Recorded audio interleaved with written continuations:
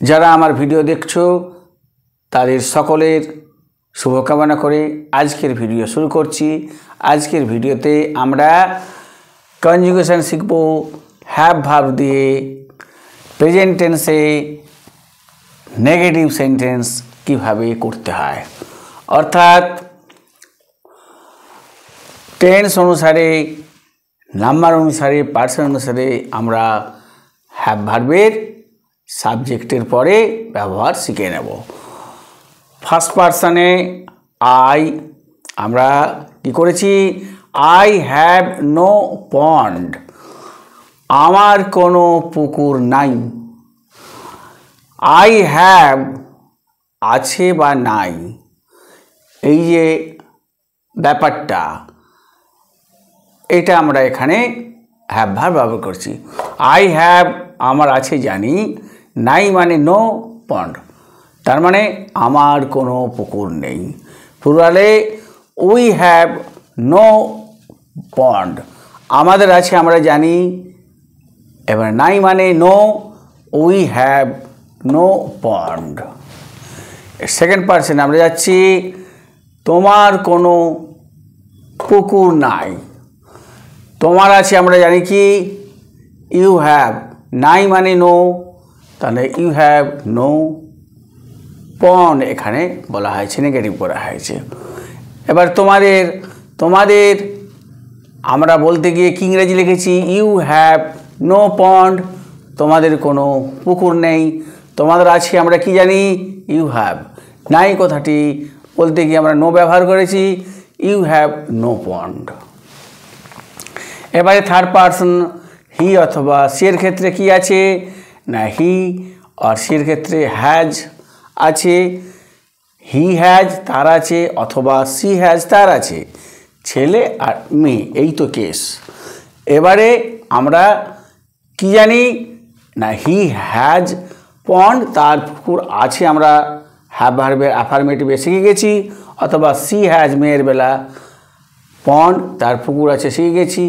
নাই মানে নো বলতে হবে, তার মানে হি হ্যাজ নো পন্ড ছেলের বেলা, তার কোনো পুকুর নাই। মেয়ের বেলা সি হ্যাজ নো পন্ড, তার কোনো পুকুর নেই।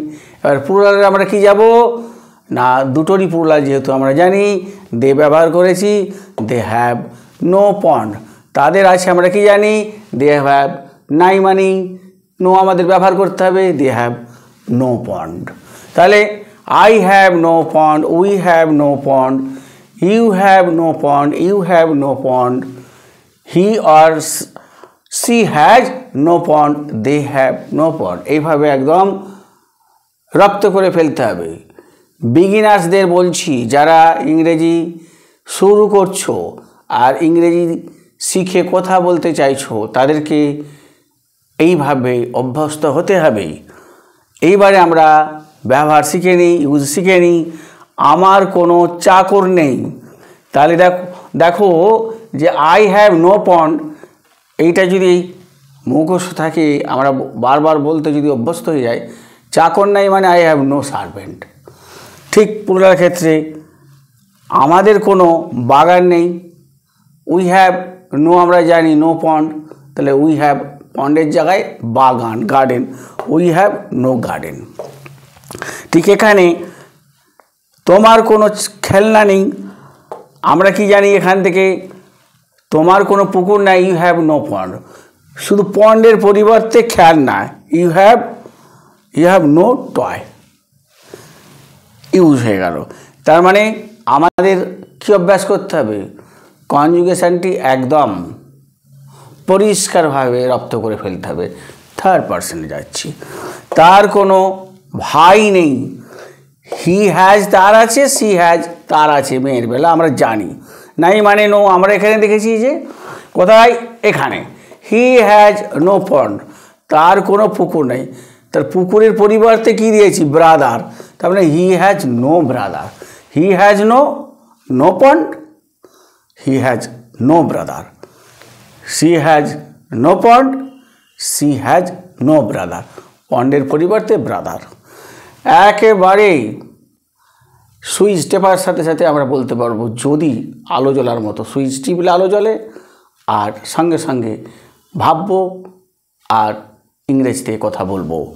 এইভাবে আমরা প্লুরালে চলে যাব।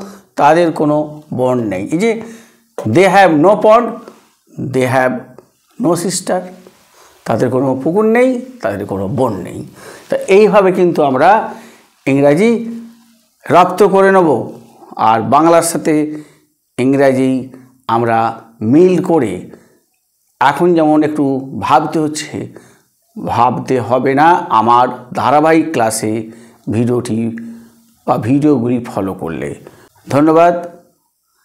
বারবারই বলছি, লাইক, সাবস্ক্রাইব, কমেন্ট করতে হবে এবং শেয়ারও করতে হবে, যাতে করে ভিডিওটি মোবাইলে ভিজিবল হয় এবং করে আমারও ভিডিও করতে ভালো লাগে।